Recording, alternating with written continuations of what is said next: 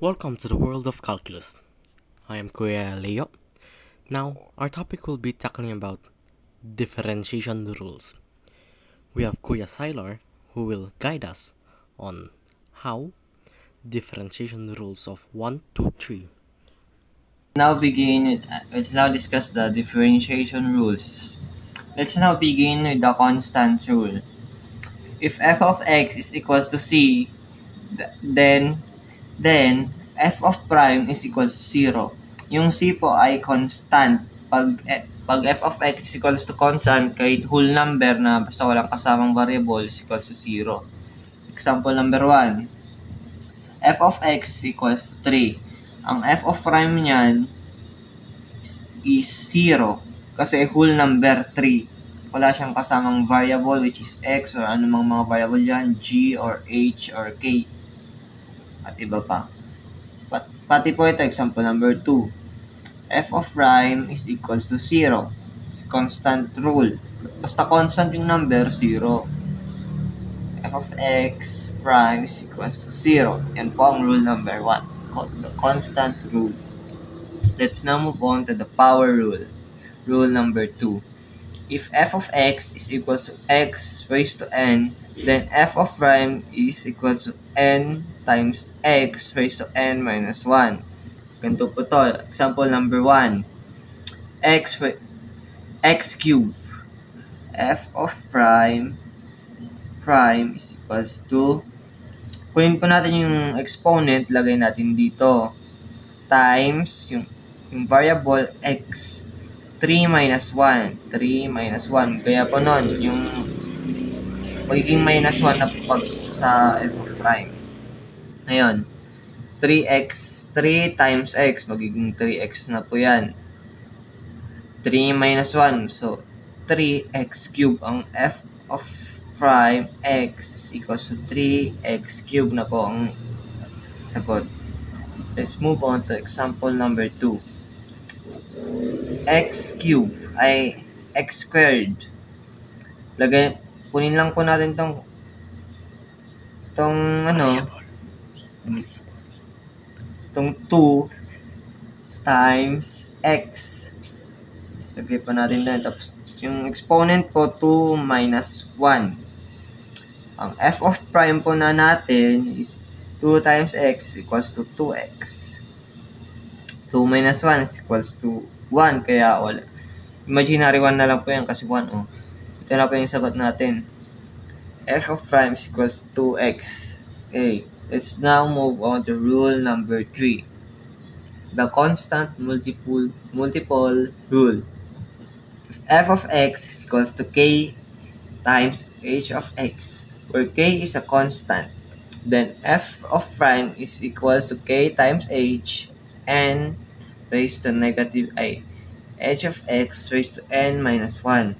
Let's have an example. Number 1. Ito pong 3, lagay po natin dito. Ito, whole number. Tapos times, kunin po natin yung exponent, 3. Lagay po natin yung variable doon, x. Tapos yung exponent po natin, minusan po natin ng 1. 3 minus 1. Yan po.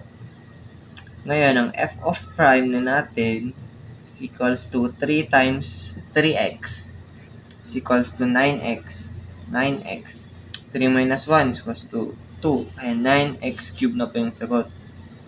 Let's now move on to example number 2. F of x is equals to 2x raised to 4. Ang gawin lang po natin yan, tularin lang po natin to. Lagay natin yung 2 dito. Tapos, multiply natin sa exponent, 4. Bring down po natin yung 4.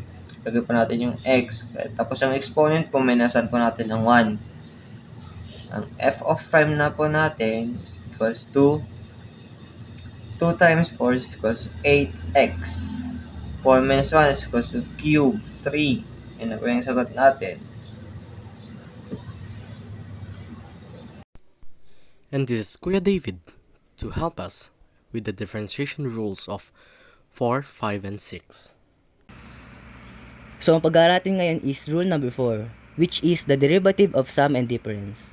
If fx is equal to gx positive, negative, hx, then f1x is equal to gx, positive, negative, h1x. Example, f of x is equal to 3x squared minus 7x.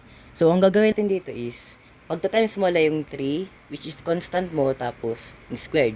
It means, 3x squared is equal to 3 times 2 minus 2 minus 1. Kasi, kapag 2 yun, pwede siyang mag-minus ng 1 doon, which is 3 times 2 is equal to 6x. Tapos, next na tayo is yung negative 7x. hx is equal to negative 7x, which is pag x na lang yun, yung x na yun magiging 0 na lang. Kaya ang maiwan na lang is negative 7. So, f1x is equal to 6x minus 7. So, yun na yung answer.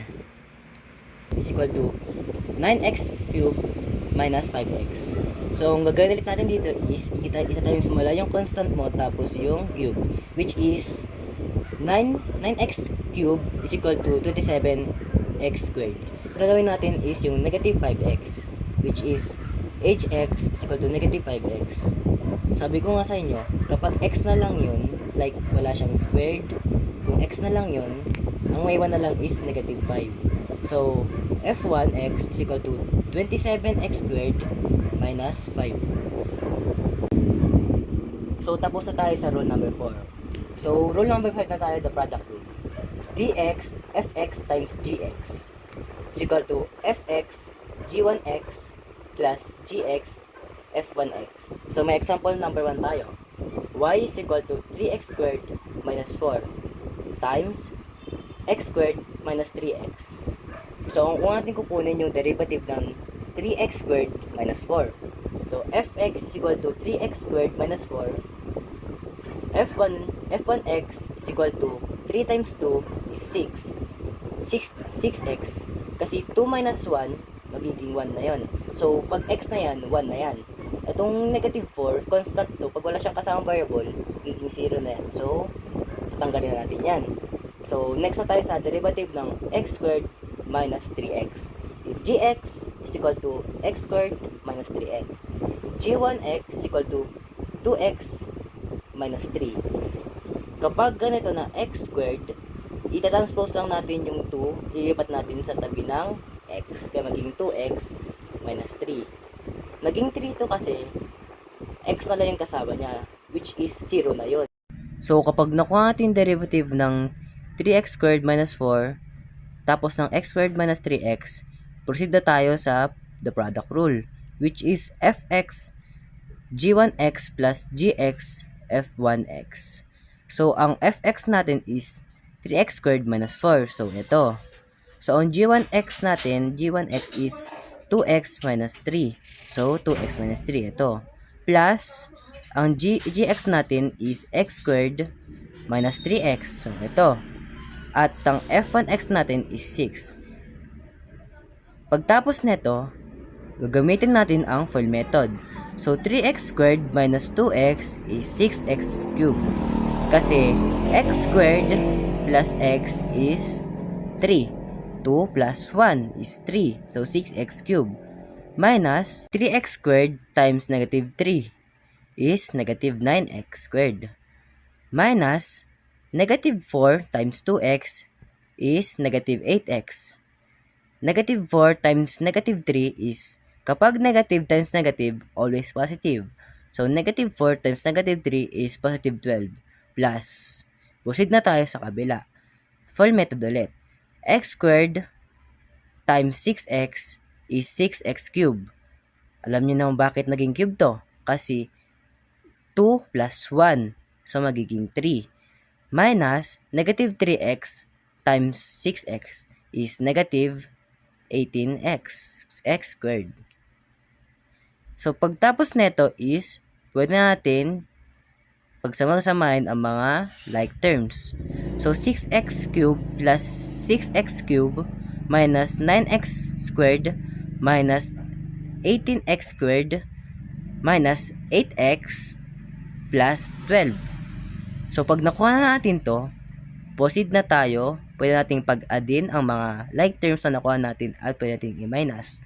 So, 6x cubed plus 6x cubed is 12x cubed minus negative 9x squared minus 18x squared is negative 27x squared. Kasi ang technique dito, kapag 3, 2, 1, pwede mo na i-copy itong negative 8x tapos plus 12. So, ang sagot natin is 12x cubed minus 27x squared minus 8x plus 12. So, proceed na tayo sa rule number 6 kasi tapos na tayo sa rule number 5. So, ang rule number 6 is quotient rule, which is hx is equal to fx over gx. So, ang gagamitin natin dito is gx f1x minus fx g1x over gx squared. So, meron tayong example dito. Fx is equal to x squared plus 3 over 5x plus 4. So, kukunin natin muna yung derivative ng x squared plus 3. So, fx is equal to x squared plus 3. Ang derivative nito is f1x is equal to 2x. Kasi nga, transpose natin kapag x squared siya. Transpose natin dito, magiging 2x. Tapos wala siyang kasamang variable, kaya magiging 0 ito. So, next na tayo dito sa gx is equal to 5x plus 4. Which is, ito ang denominator ng example natin. So, g1x is equal to 5. Kasi wala siyang kasamang variable, magiging 0. Tapos itong x natin, x 1 minus 1 equals 0. So, wala na. Kaya 5 na lang. So, magagamit na natin ang quotient rule. Para hindi na kayo mahirapan, sulat natin yung derivative niya. Fx is equal to x squared plus 3. So, derivative nito is f1x is equal to 2x. So, proceed na tayo sa gx. So, gx is equal to 5x plus 4. So, g1x is equal to 5. Para hindi na kayo mahirapan, i-connect nyo na lang ito. So, on gx natin is 5x plus 4, which is ito. Tapos, f1x is ito. So, magiging 2x minus, gawin nyo yung ginawa nyo nung dito. So, x squared plus 3, which is itong fx. So, ito yung fx. Tapos, g1 natin is 5. So, 5x plus 4 times 2x minus x squared plus 3 times 5 over ang gx squared natin is 5x plus 4. So, 5x plus 4, may square root doon, kaya lagyan yung square root. 5x plus 4 times 2x minus x squared plus 3 times 5 over 5x plus 4 squared. So, ang gagawin natin dito is FOIL method. So, 5x times 2x is 10x squared. 4 times 2x is 8x minus x squared times 5 is 5x squared plus 3 times 5 is 15 over 5x plus 4 squared. So, ang gagawin natin dito is i-times natin yung negative sa may parenthesis. So, copy lang natin itong 5x squared plus 8. Negative times 5x squared is negative 5x squared. Negative times positive 15 is negative 15 over 5x plus 4 squared.